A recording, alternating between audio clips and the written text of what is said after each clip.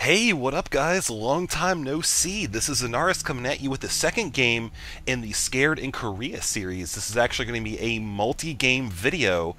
It's been a long time, you know. Actually, I have been down and out for over a week now from a very nasty illness. You could probably still hear I'm kind of talking through my nose a little bit, and if I end up pausing the video at any point, it's probably because I really have to cough and I just can't hold it in any longer. But I think I'm at the point now where it's stable enough that I can continue on and hopefully get some casting in today. I've got plenty of games backed up. Now, this is actually this is the same account I had before, Nannerpus. And if you don't know what this is, just go look it up after the video. Do yourself a favor, it's worth it. So I changed my name to Nannerpus, and had plenty of time this past week to get some games in. So I decided to do some 1v1s, 2v2s, get all my placement matches done, see how it goes, and hopefully get some decent games in. Now, I knew that this player, my opponent, KKK Admin, was a Protoss coming into the game, and of course this is a fine choice of names / sarcasm. I don't know if he even knows anything about what that insinuates, but we're just going to pretend that he doesn't, because I've actually seen some people on the Korean server with names that you wouldn't think somebody would pick in public, but I guess it just means something completely different to them. I don't know. I'm going to give them the benefit of the doubt for now. But anyways, I knew this was a PvP going into it, so I decided that I was going to go ahead and do a 5-gate all-in. Now, one thing that you will notice throughout these games, I was playing when I was sick, and it's just something that I've always done. Whenever I'm sick, I can't sleep for nothing. I think during the time that I was sick, I was about a 5 or 6 day period, and until the 5th day, I'd say I got about 6 hours sleep total between from that whole time. So I decided that 5-gate all-in would be a good thing to do, considering I wouldn't really have to worry about chrono boosting. I really wouldn't have to worry about cooldowns, anything like that, and I knew that my micro and likely my macro would suffer a little bit throughout this series. So definitely looking to adjust my build based on my current condition. Nonetheless, I was still dedicated to pulling off, because I realized that the 5-gate is going to require some pretty decent micro skills, and obviously if I can cut back on something like worrying about cooldowns and the like, then probably a good thing. And here it's funny, I think I actually take out one of his probes. I'm watching it, I'm like, really? Is it gonna kill it? No way. No way. 1 bar left? Oh, I killed it. Wow. Wow. And here I try to test my luck too much, and see I ended up dying as a result. I probably just could have clicked over here one of the minerals, zipped on past the probes, but like I said, I wasn't really thinking straight. So that is that. Over here you can see Gateway, Psychor, second Gateway coming up. Second one coming up here. This is the third one, this is the fourth one, and I think the fifth one's coming here in maybe just a minute or two, I don't know. But the old admin over here, you see he's running on 2 currently. Third one is on the way. He is chrono boosting out his warp gate technology. Now, I think he is spotted. Yeah, he came over here, he saw, alright, so 2 geysers, and I think I've actually cut my probes a little bit. Let's see here. Yeah, I think I was down a couple probes. I don't think you really would have been able to notice that. So I came over here and scouted them out, and I saw, all right, well, pretty much similar stuff to what I'm going. So I'm going to assume that I'm going to be facing at least 3 gateways, maybe 4, because you know that when you're playing Protoss versus Protoss, you're either going to have a 4-gate versus 4-gate, or you're going to have one guy who goes 2-gate robo, or maybe 3-gate robo. 3-gate, more than likely, it's a little bit safer. Trying to get an Immortal or a Colossus, you know, he can get the Immortal, do an expansion, or any number of things. But I knew that my plan was to put a crap ton of pressure on him as soon as I possibly could, and you see my warp gate's actually coming in around 6 minutes.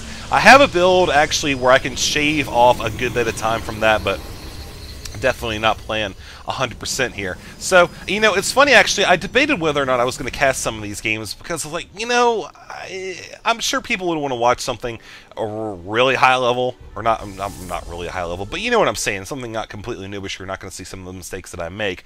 But I decided, you know what, those mistakes can be a good thing. I can use them as teaching points, and yeah, that'll be fun.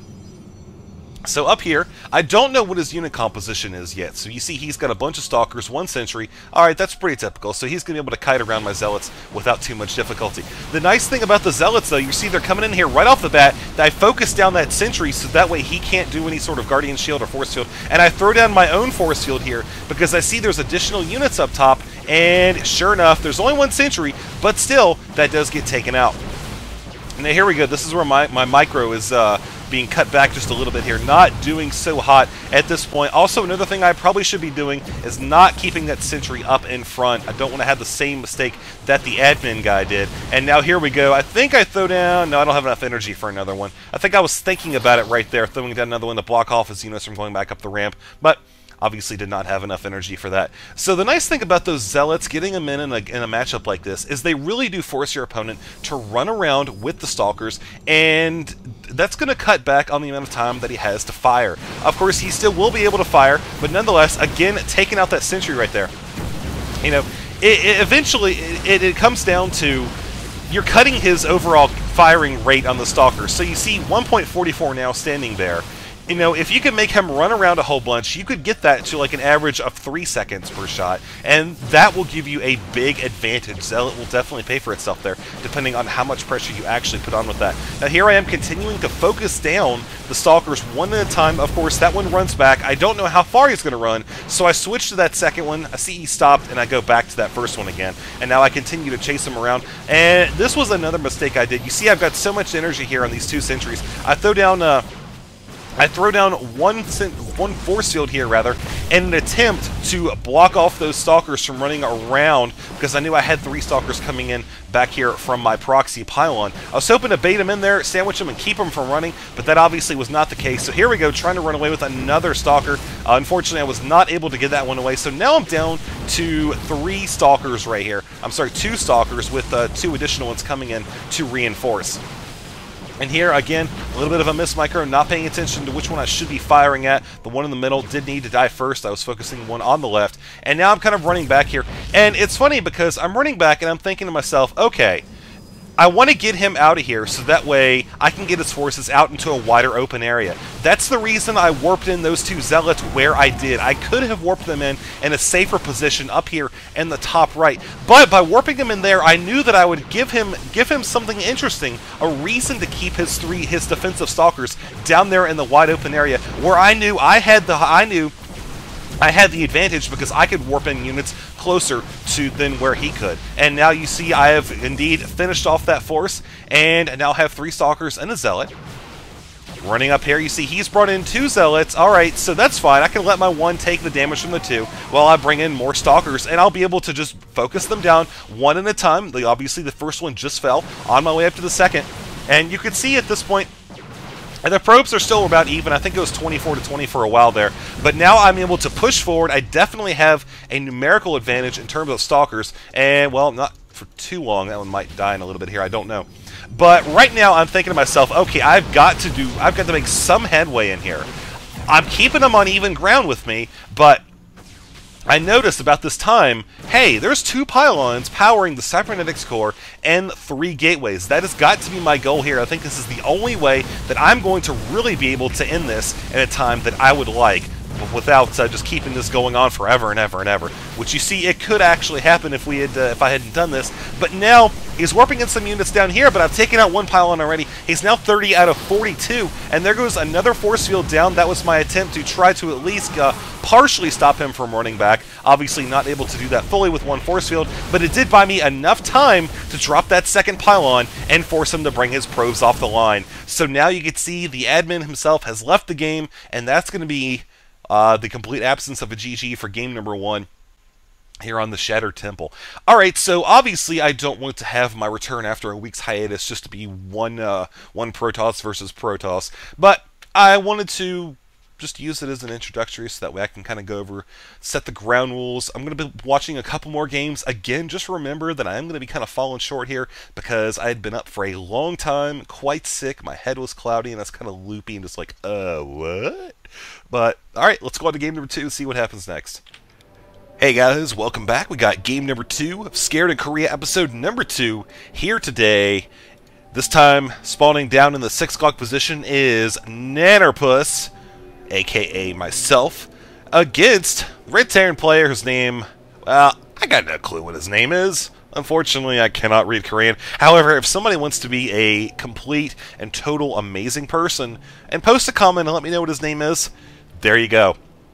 That would be amazing. You'll help out everybody in the channel, and you'll help out myself. Good stuff there. So he is going to be spawning up here, 3 o'clock. Obviously, these players spawning positions very close to one another. That lends itself well to a very aggressive early playstyle. Now, I'm going to come up here and actually scout this first. This is, of course, the natural place to start scouting.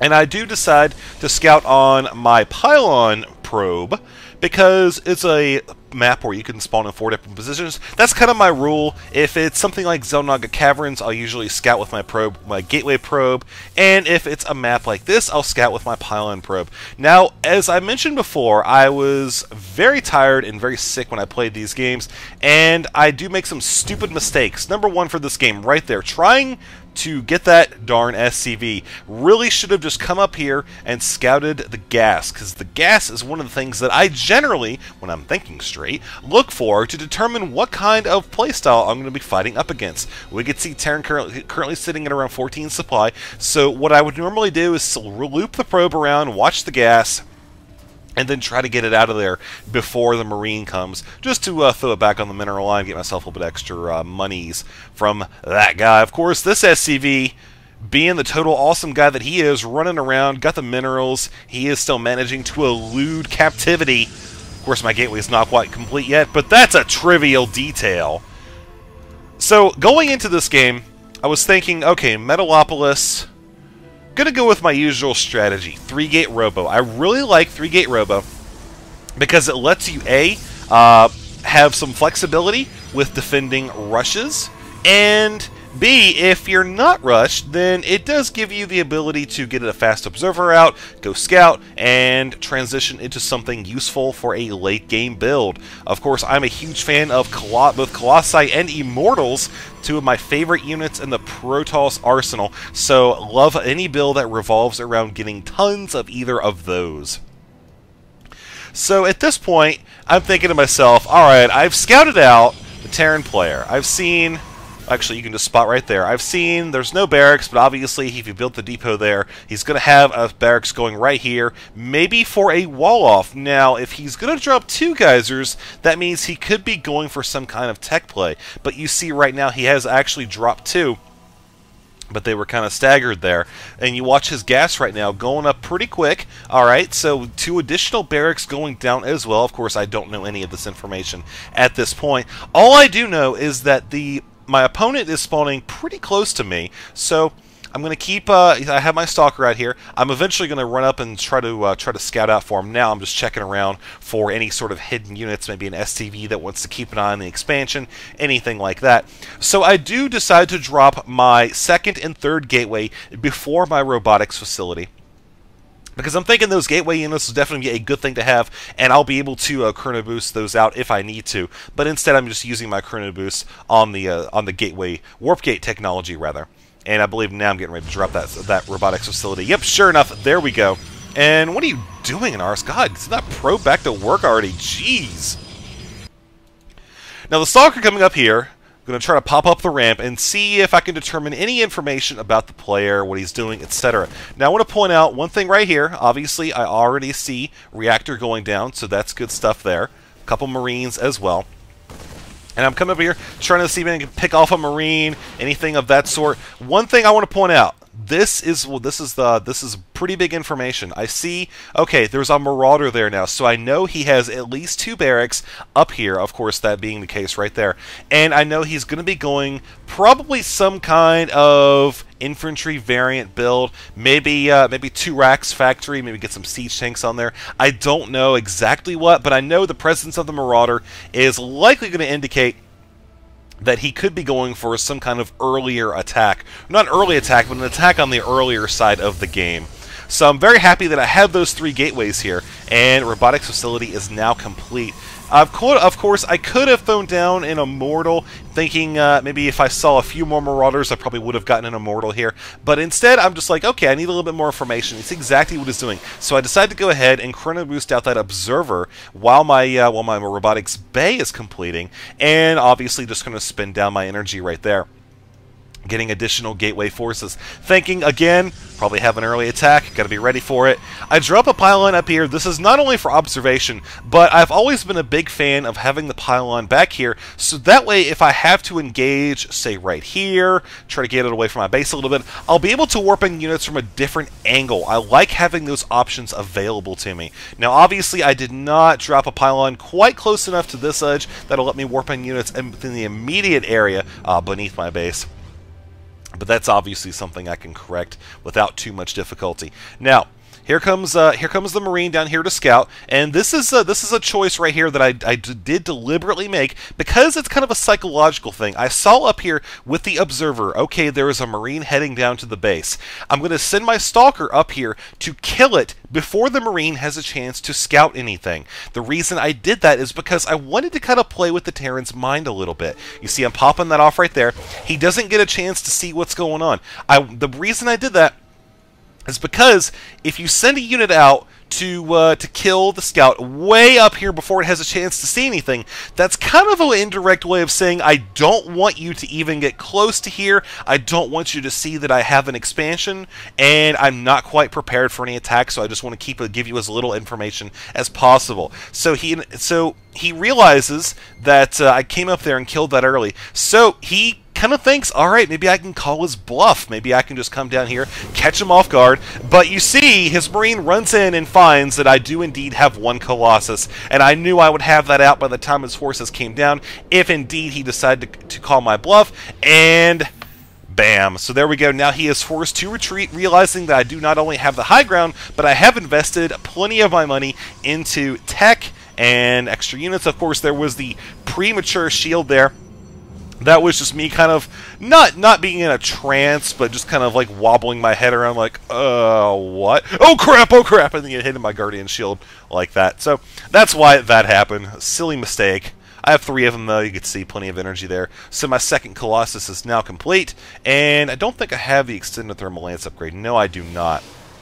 I am still hanging out here in my base at the top of the ramp because I'm not quite confident enough to push out yet. I don't really know if I do decide to engage, if I'm going to have the high ground. I know that the Terran player, obviously in Metalopolis, you've only got one entrance, and it's very small, so any attack that I decide to make, I'm going to suffer some pretty heavy casualties, and having this Extended Thermal Lance, when it's completed, will make my attacks a lot easier to deal with. Just busting, or make his attacks a lot easier to deal with. Busting up the ramp here would be a lot easier if I have that range upgrade. And of course, looking down here, I'm like, oh cool, alright, so his army is all parked out right here. I paid no attention to the fact there's a missile turret. Just complete brain fart. Did not even realize that. So, yeah, spoiler, this Observer dies in like 10 seconds. Fortunately, I do have a second one here. This one I built to go check out the other expansions. Whenever I'm playing on a really big map like Tal'Darim Altar, I will go for those off-the-beaten-path, risky early expansions. Just because it's, well, the map's, I mean, geared towards that type of play. So I do find it a very fun tactic to use. And so I'm thinking, all right, I can't be the only person to do that. So I'm going to send out that Observer there. But I am going to bring him back because I realize I'm an idiot and let the first one die. Now you see, I don't actually have an idea that he is moving out just yet. Of course, my Observer is going to pop. I don't think I'm actually going to spot that. Do I spot that? No? Okay, yes, I do. I spot that right there. And of course, my expansion is just now completed. So I've got plenty of money saved up. I decided, you know what, I see that attack coming. I'm just going to let the money build up for a little bit, let the gas build up, maybe warp in a few Stalkers here in case I need it. I do bring in some Zealots just to kind of get the money down, and a couple of last-minute forces. But here we go. Now I'm laying down plenty of force fields, not completely walling it off, but there are some little gaps there, and he does suffer some pretty hefty losses. One problem, one mistake that I did make right here, I didn't pay attention to these 3 zealots. I let the Terran player kite away with the bulk of his forces while I dealt with down here. I could have saved those zealots probably, and now I run this Colossus away, realizing it is being the target of focus fire. Pop off that medevac for good measure, and the Terran player leaves the game, realizing that I have superior tech, and I have that expansion already good to go. Really not a lot that he could do to catch up at this point. You see, that being said, he has a lot of SCVs. I mean, he could send that command center down here, right there. He could send it down there, transfer over SCVs, and maybe catch up. But I was thinking to myself, as soon as that attack ended, I've got 3 Colossi here. I could come right over here and start popping off the mineral line. So that was my next thought. That's what I was going to follow it up with. But obviously, that was not the case. So that's going to be game number 2. Let's see. I think I have a bunch more games. I'm going to see how many games I can actually cram into this video. And yeah, I hope you guys enjoy them. Obviously, the 2 we've had so far have been pretty short. But that's how a lot of these games in the Korean server go. I'll see if I can find a longer one, though. That's what she said. Alright, ladies and gentlemen, welcome back. We got the 3rd and final match here in Scared in Korea number 2. What are you doing, Nannerpus? God, you noob. Put your probes back to work already. Yeah, that was a little bit of a misclick there. So, for those of you who maybe, for whatever reason, skipped to this point in the video and don't know who Nannerpus is, that's me. Down in the bottom left. Up here, my opponent, Missile, however you want to pronounce it. Red Zerg in the top right position. I'm going to state right now, PvZ, my worst matchup by far. I don't know what it is. I just get flustered late game.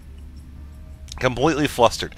Early game, depending on the map, I usually do pretty good, but I don't know what to do. And it's funny because a lot of times I'll know what to do from watching so many casts, but it's just a matter of I overthink things. I get myself so confused with a thought process. Like I'll start thinking, okay, I need to get these pros, blah, blah, blah. Oh, look, a squirrel, blah, blah, blah, blah, blah. And it just gets really, really weird like that from there on out. So, anyways, yeah, I knew that he was Zerg going into this, and I did decide to scout anyways with my pylon probe, despite what I said in the previous game where I said I only scout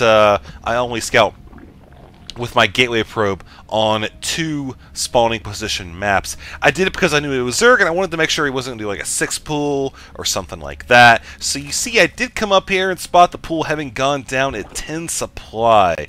So, spot that. Didn't see a second Overlord around here. Saw it pop as I think I saw that pop there.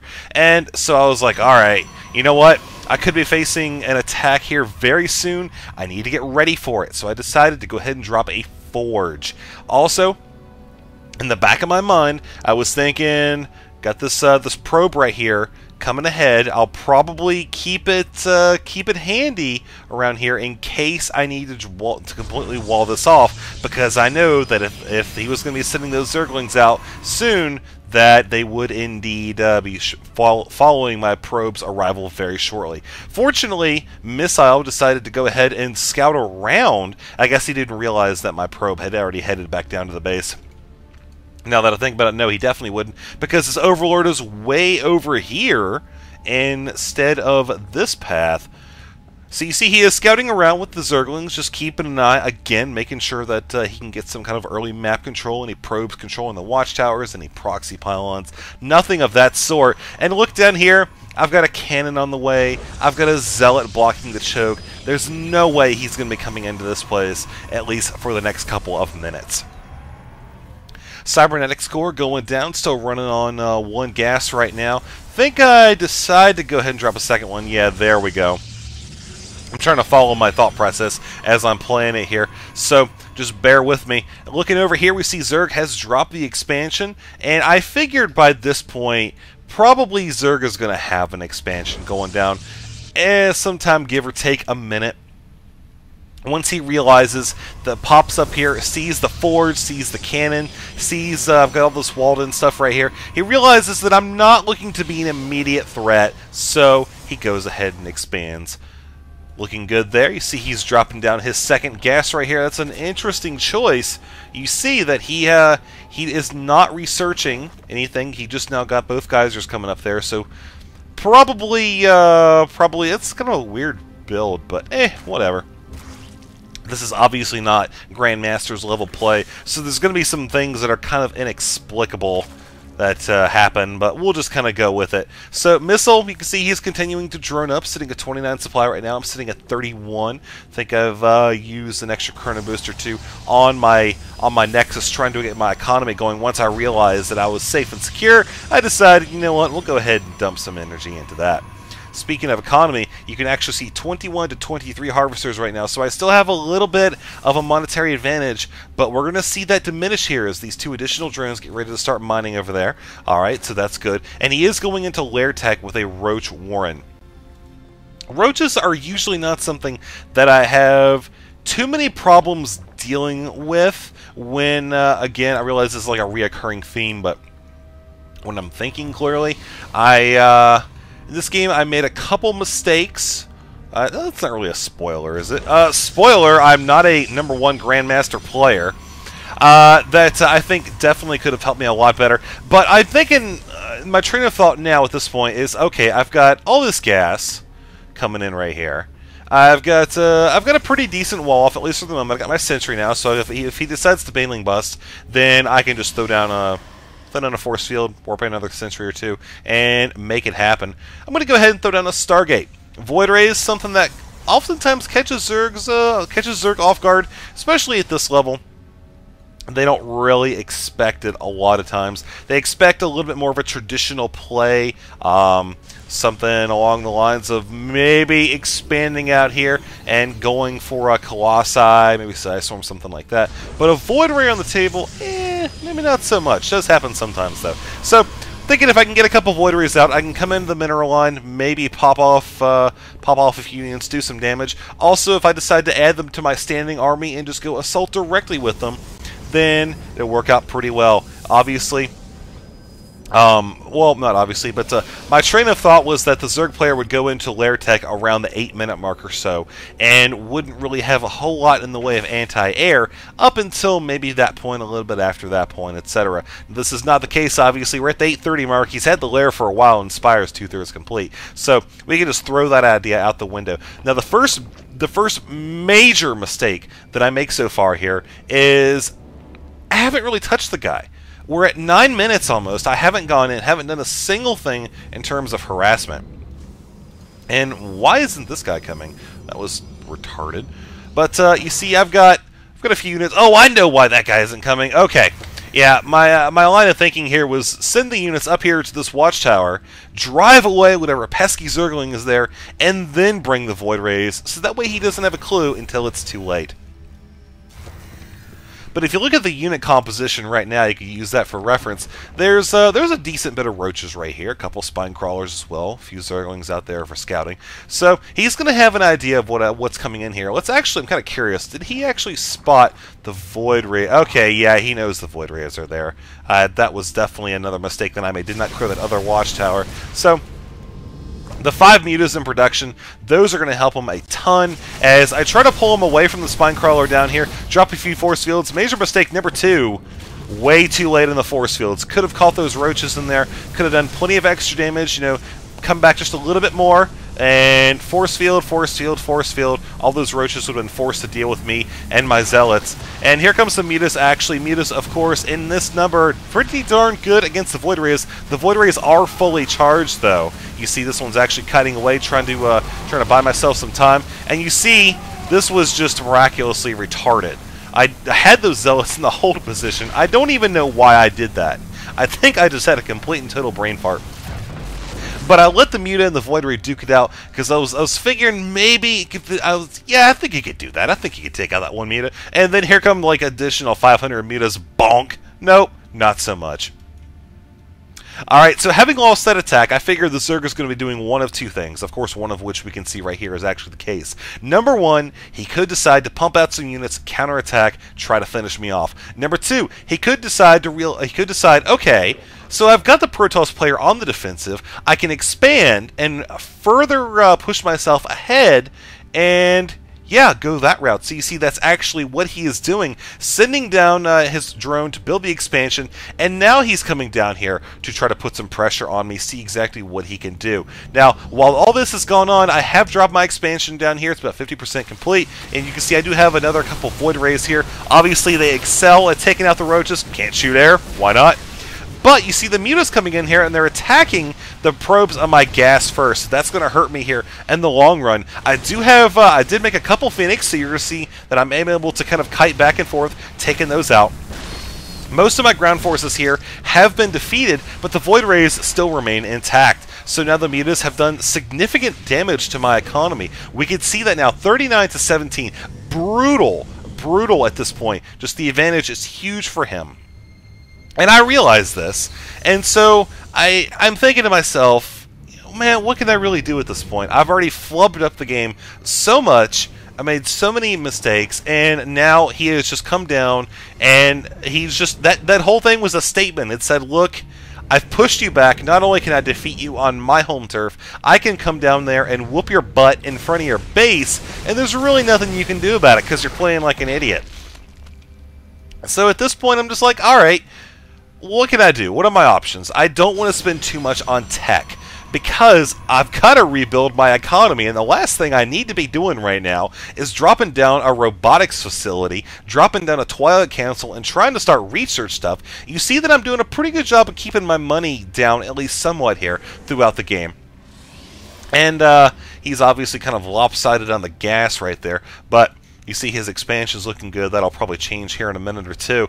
But, yeah, overall, doing pretty good. So, if I can just use what I have now, try to get up enough units for defense to prevent the next attack, then I can take a third base, maybe a fourth, maybe kind of overextend myself a little bit, in the hopes that he won't attack again, at least for a while, and let me build up my economy enough to go toe-to-toe with them. Because that's really the only way that I'm going to be able to come back at this is through just a series of risky moves. So here I come up here, trying to maybe see if he has control of all the watchtowers.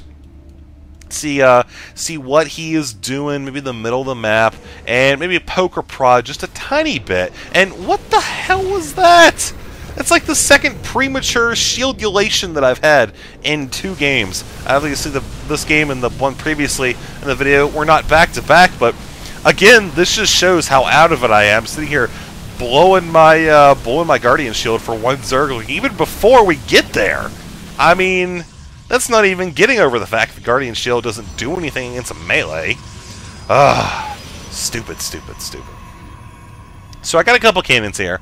That's my response to the muta harassment. While I'm running around on the map, I don't want to have mutas flying into my base. Maybe a couple of roaches popping up here. That's why I got this one cannon still hanging out right here. Very happy about that.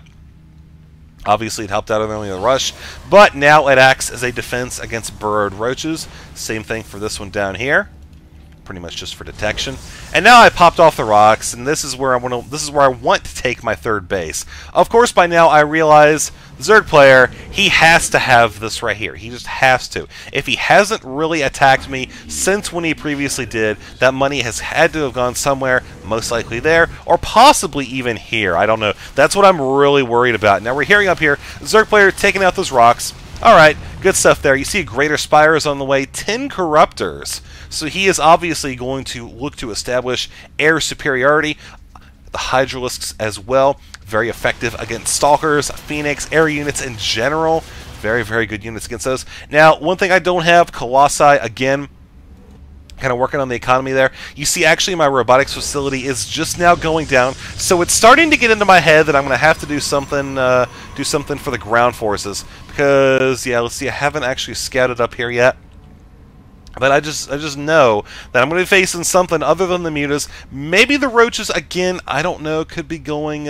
he did see that I went a pretty stalker-heavy build, so he could also assume that and go with a bunch of Zerglings, so Colossi would be very good against that.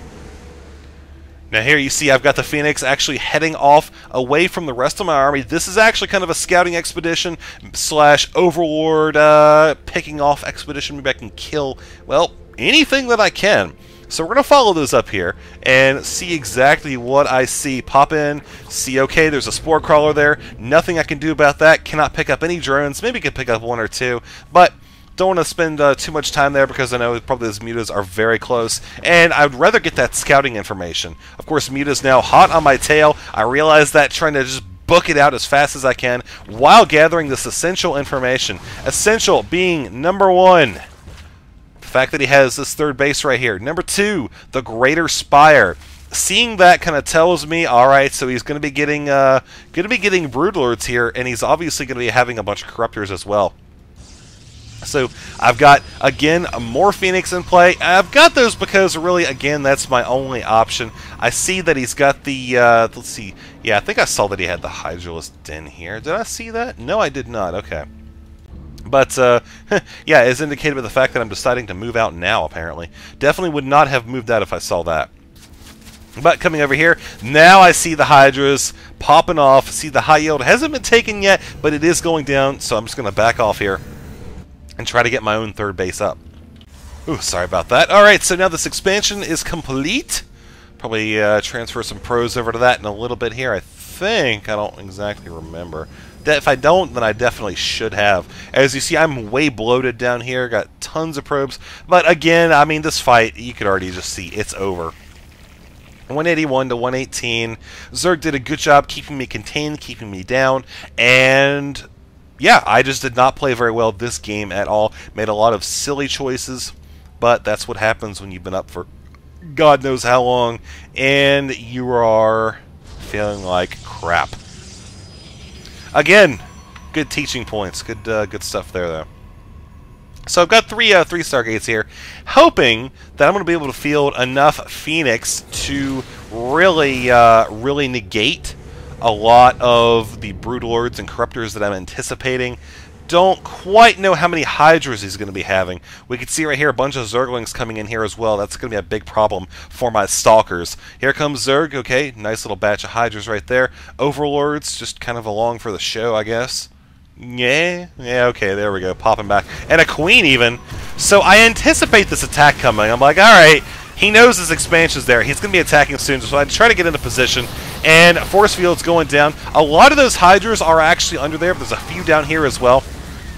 And I try to use the Phoenix to take out some of these units here. And now there's the GG from Nannerpus. I messed up big time because it's absolutely true that I pretty much handed him that game through a series of mistakes throughout. But I hope you guys can learn from it. Learn from it, definitely. I'm going to try to get some better games, actually, where I don't make so many mistakes. But, you know, we're doing this not so much, like, this isn't supposed to be like a, haha, it's me playing. It's supposed to be, okay, these are the mistakes that I've made. This is me learning from them, and I'm hoping you guys can watch these replays, too.